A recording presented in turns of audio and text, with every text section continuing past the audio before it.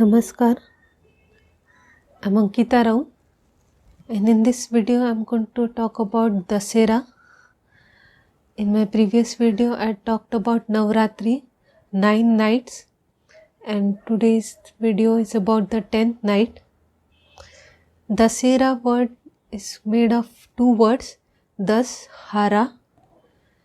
Das represents either the 10th day or the 10 heads of demon Ravana, and Hara means defeated. Now, this day is mostly celebrated because on this day Lord Ram had defeated demon Ravana, the 10-headed demon. So thus 10-headed demon defeated, thus Hara. This day is also called Vijayadashami. This name is represented by King Arjuna of Mahabharata. And this day, Dasahara, has been celebrated for multiple reasons. One of the three main reasons are linked with Lord Rama defeating Ravana, and the victory of King Arjuna, and victory of Goddess Durga over demon Mahishasur. I talked about Goddess Durga in my previous Navratri video. Short version of it is Goddess Durga was created to defeat demon Mahishasur. Mahishasur was creating lot of havoc in earth, heaven and hell. So Goddess Durga was created to fight the demon and defeat him. And this day is being celebrated to celebrate her victory. And the other reasons are God Ram's defeat over Ravana. I will share the story of Ramayana with you all. And 2 years back I had shared a video, Diwali ASMR.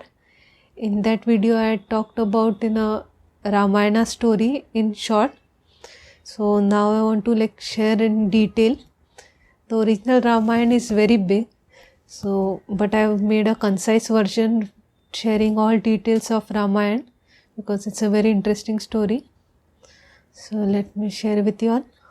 So King Dashrath had 3 wives, Kaushalya, Kaikeyi and Sumitra, and he was having hard time having a son. So he did a yagna to get a son, and due to that yagna God fulfilled his wish and all 3 of his wives gave birth to sons. The one who was born first was Lord Ram. So King Janaka was a king of Mithila. He one time was strolling in a field, and there he saw a child in a basket, dug in a furrow in a pit. And since King Janaka didn't have a child, he thought that this girl was a gift from God. So he adopted the girl and named her Sita. Sita is a Sanskrit word for furrow, where he found her. So Sita was an incarnation of goddess Lakshmi. She, since she was a goddess, she had the most beautiful person in that area. She had unparalleled beauty. No one could match her beauty and charm. And since she was so charming, and he wanted the most powerful person to marry his daughter Sita, and he had a bow and arrow, a huge bow which was given by his ancestors, and his ancestor got it from Lord Shiva. And that bow, since he was linked to Lord Shiva, it was very powerful. An average person couldn't tie the in a bow. You must have seen it has a round edge, and there is a string. So an average person couldn't tie a string on that bow since it was very powerful and strong. So he wanted someone who is strong to tie a rope on that bow. And whoever managed to do it will get the opportunity to marry Sita. Sage Vishwamitra had taken Ram to that event where people were trying to tie that rope string to the bow, and since Ram got attracted to Sita, he wanted to give it a try.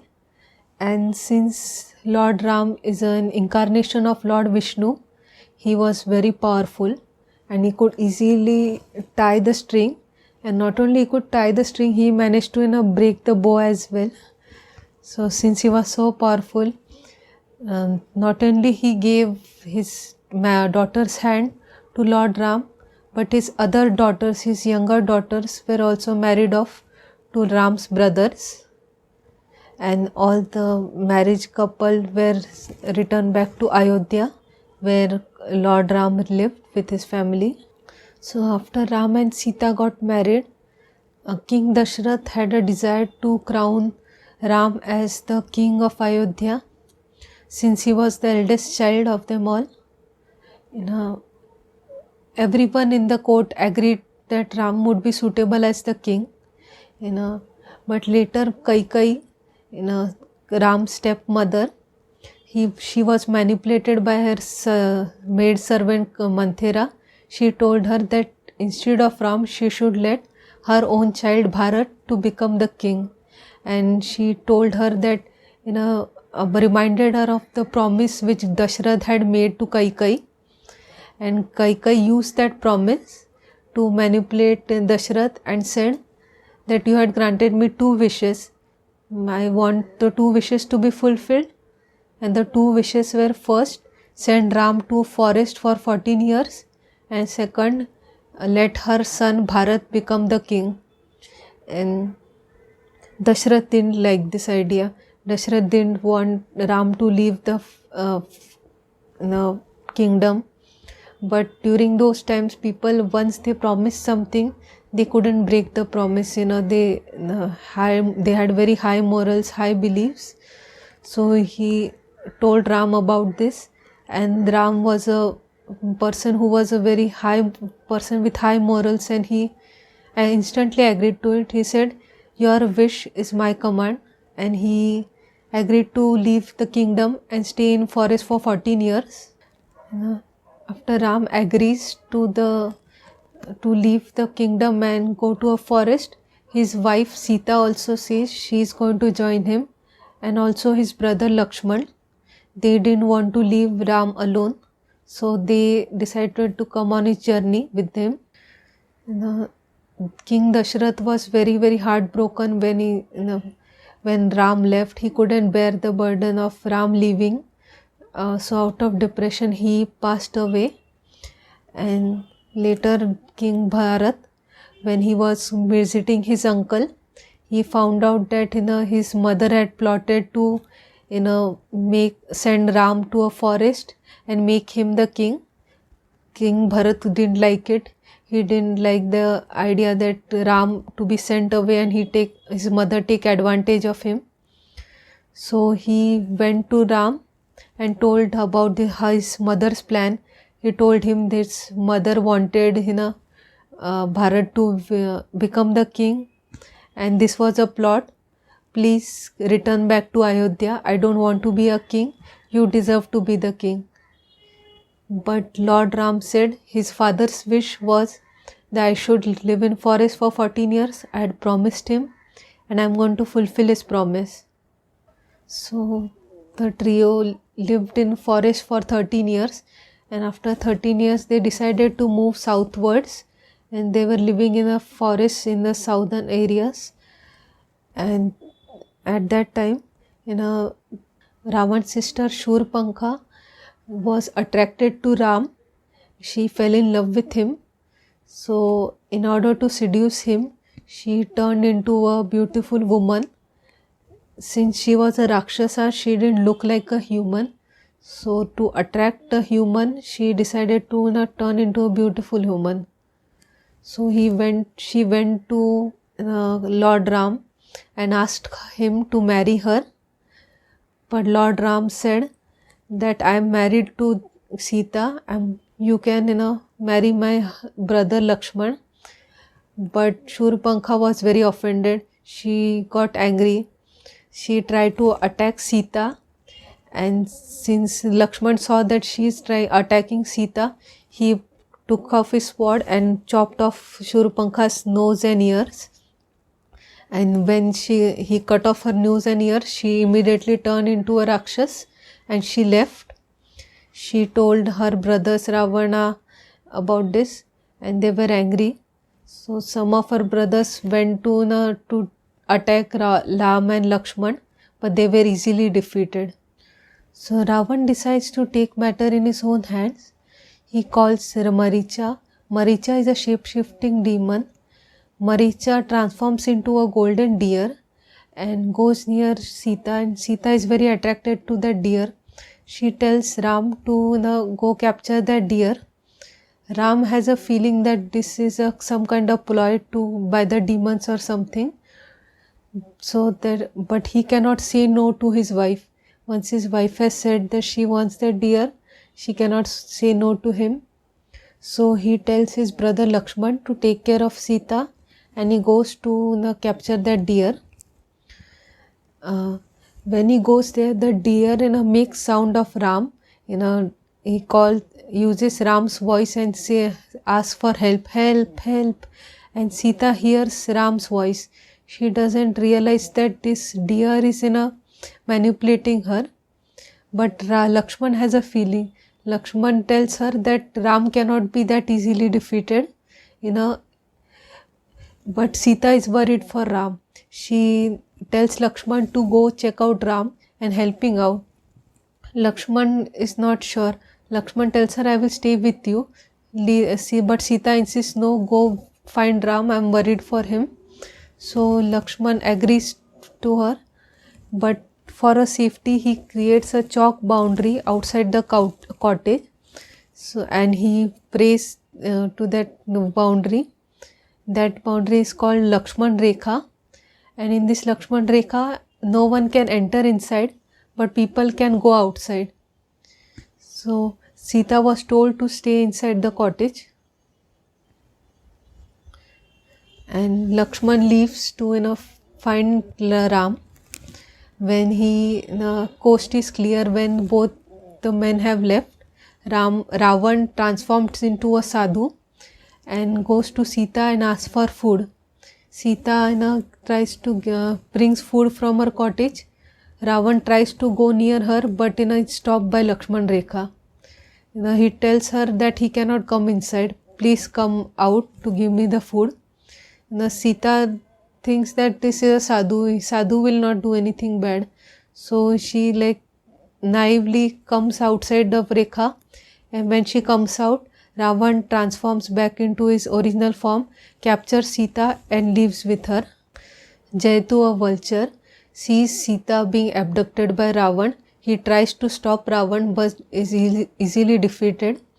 Ram and Lakshman sees Jaitu, and Jaitu tells them that this Ravan king has abducted his wife, and Ram and Lakshman decides to form a plan to save his wife and take her back home. So they find Hanuman and Sugriv. Hanuman is a huge devotee of Lord Ram. He is a super fan of Lord Ram. He is ready to do anything for Lord Ram. And Sugriv was in a desperate need. He wanted to be the king, but he was taken off his throne. So Ram helps him get back to his throne. So Sugriv decides to help him. So when Lord Hanuman finds out about Sita, he transforms into a large being and he flies to Lanka. He finds Sita in Ashoka Grove, and there the Rakshasis and other Ravan are trying their best to manipulate Sita into marrying Ravan. But Sita is in love with Ram and she refuses to marry Ravan. Ram had given Hanuman a ring so Sita can recognize him. So when Hanuman goes to her, he shows her the ring and Sita immediately recognizes it's her husband's ring. Hanuman tells her that he's here to take her back to Lord Ram, but Sita refuses to go. Sita says she's been abducted and she wants her husband to, take her back. She wants her husband to avenge her insult. She doesn't want to leave directly. So she tells Hanuman to leave and tells him that let Lord Ram save her. Hanuman agrees, and but he didn't want to leave directly. He wanted to taunt and provoke demon Ravan, King Ravan. So he let himself get captured, and when he goes to meet Ravan, he kind of threatens him. He tells her that Lord Ram is very strong and powerful, and if he doesn't let Sita go, Ram will teach him a huge lesson. Ravan get insulted. Ravan is very, very angry. He tells his soldiers to set Hanuman on fire. The soldiers set Hanuman's tail on fire. But Hanuman has superpowers. He's a strong being, so that fire doesn't affect him. Instead, he let himself go. The ropes which were tied to him, he unties the rope, flies all across the roof of the palace and sets the palace on fire. And he leaves that palace, Sri Lanka, and return back to Lord Ram. So when Hanuman returns back, he tells Ram about Sita. So they form a plan to go to Lanka, since the distance, the area between India and Sri Lanka has water in it, so they cannot go directly. So they decide to make a bridge, and the apes Nala and Neela form a floating bridge from nearby rocks, and each rock they write Ram's name, and those rocks were kind of hollow, so they were easily floating. So they formed a huge bridge writing Ram's name from a border of India to Sri Lanka, and they crossed the bridge. And when they crossed the bridge, a huge war ensued between Ravan's army and Ram's army. And Ram's son Indrajit poisoned Lakshman, and to help Lakshman, the Hanuman was told to get a Sanjeevani booty, Sanjeevani herb from Himalayas. Hanuman turned into a giant being and went to Himalayas, and since he didn't know how Sanjeevani herb looks like, he decided to take the entire mountain with him and bring the mountain back. And he was a very strong and powerful being. He's one of the main reasons Ram could defeat Ravan. So he bought the entire mountain, and the Rishi took the Sanjeevani herb and helped Lakshman get better, and the fight continued, and eventually Ram managed to defeat Ravan. And Ravan had a brother Vibhishna who was in Ram's side. He thought that Ravan was very cruel and aggressive. He had got ego the best of him. Ravan was very intelligent and brave and powerful, and he was a good king. But since he was very powerful, he kind of absolute power corrupts absolutely. Same thing happened to Ravan. Since he was so powerful, he kind of got corrupted, and his brother didn't like it. So he was in support of Ram. And when Ram defeated Ravan, he told Vibhishna to become the king. And then in the end, they got Sita back and returned back to their cottage. So this was the story of Ramayana. Most people must know about it, at least Indian people must know about it. Those who don't know, now they know the story. And another reason why Dussehra has been celebrated is due to King Arjuna of Mahabharata. Mahabharata is a very huge story. It is much more bigger than Ramayana, and it was regarded as the largest and the most biggest book of the world.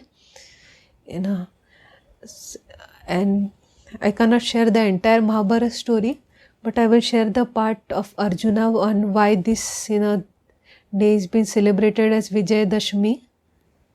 King Arjun was a very strong and powerful king.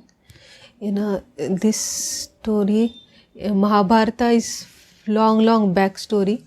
There was a huge battle between Kauravas and Pandavas. They were cousins, and Arjun was a Pandav, and since he was very strong and powerful, it was difficult to defeat him. He managed to single-handedly defeat lots of Kauravas, and he also used a mantra which made the entire Kuru army fall to sleep.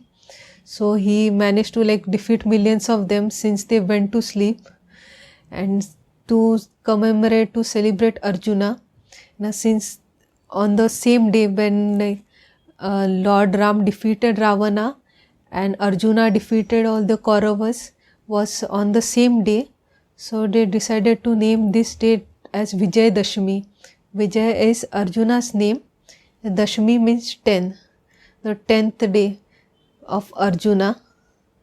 And also Dashara, which is the 10-headed monsters, 10-headed demon Arjun, the 10-headed demon Ravan's defeat. All the Ramayana's incident and Mahabharata thing happened on the same day. So both incidents are celebrated on the same day itself as Vijayadashmi and Dashera. Some celebrate Vijayadashmi, some celebrate the Dashera, while some celebrate all of them. And also on this day they celebrate and worship goddess Durga, defeating Mahishasur and celebrating all of her 9 forms. And since these different states celebrate differently, different states celebrate for different reasons, some for Lord Ram, some for Arjun, some for goddess Durga. So each state celebrates it differently. I will share some info about some states, how they celebrate Dasera. So in UP and Bihar, first 9 days they reenact the Ramayana story. Each story is been told, each part is been told in each day. And on the 10th day, they burn the statues of Lord of Demon Ravan and his brothers. So in Rajasthan, people celebrate Dasera by having a mela, a fun fair, and they also burn Ravan's effigy. A 72-foot tall Ravan's effigy, a huge statue has been built and it's been burned down during Dasera. And they have a Mela festival which lasts up to 20 days, up to Dhanteras. Dhanteras is Diwali. In Mysore, they celebrate Dasera by worshipping Chamundeshwari, a form of goddess Durga. And they celebrate, there is a huge processions where there is elephants, horses and a huge parade moving through the city, and this kind of celebration is being same as celebrated as it was celebrated in 1600s. And on the 10th day, goddess Chamundeshwari has been set on top of an elephant and has been paraded all throughout the city. And they also on 10th day they have huge celebrations where there are dancers and musicians and it's very festive. So in Kerala they celebrate Vijayadashmi by not only worshipping goddess Durga but also goddess Saraswati. Kerala has the highest literacy rate in India. They worship, they value education a lot. So, and goddess Saraswati is the goddess of knowledge. So children during that time, keep their books in front of goddess Saraswati, so goddess can give her positive energy onto the books and help the kids with their education. and they also worship their animals and vehicles during this time. They believe in valuing things which they have, things around them, the animals, vehicles, or any kind of tools which they have. They believe in valuing them, worshipping them, things which have added value in their life. They believe in thanking them in this day, and it is a very soulful, relaxing experience. And Dashera, opinions on Ravan are different in northern parts of India and southern parts of India. In northern parts of India, like Rajasthan, UP, Bihar, they generally burn down effigy of Ravana, whereas southern parts of India like Kerala, Mysore and all, they generally prefer worshipping Durga. They do not burn Ravan's effigy or something, because they do believe that Ravan was not that bad of a person. Things are people are not always black and white. Things are not, people are not always good people, bad people. People have good qualities and bad qualities. And people from southern India, since Ravan was from Sri Lanka, Ravan and Sri Lanka is near the southern part of India. It's below the India. So in southern regions of India, people worship Ravana. Some people do, some don't. Different people have different opinions on it. But some people believe that Ravan was a good person. He was made into a bad person. He kind of then wrote the narrative against Ravana. He was not that bad of a person. So they believe in worshipping Ravan and not burning him down. Whereas northern parts of India regard him as the villain of the story. This kind of happens during all kind of wars. Like for example, latest World War, Winston Churchill. Winston Churchill was Prime Minister of England. He is a very respected Prime Minister of England. People from England have huge respect for him.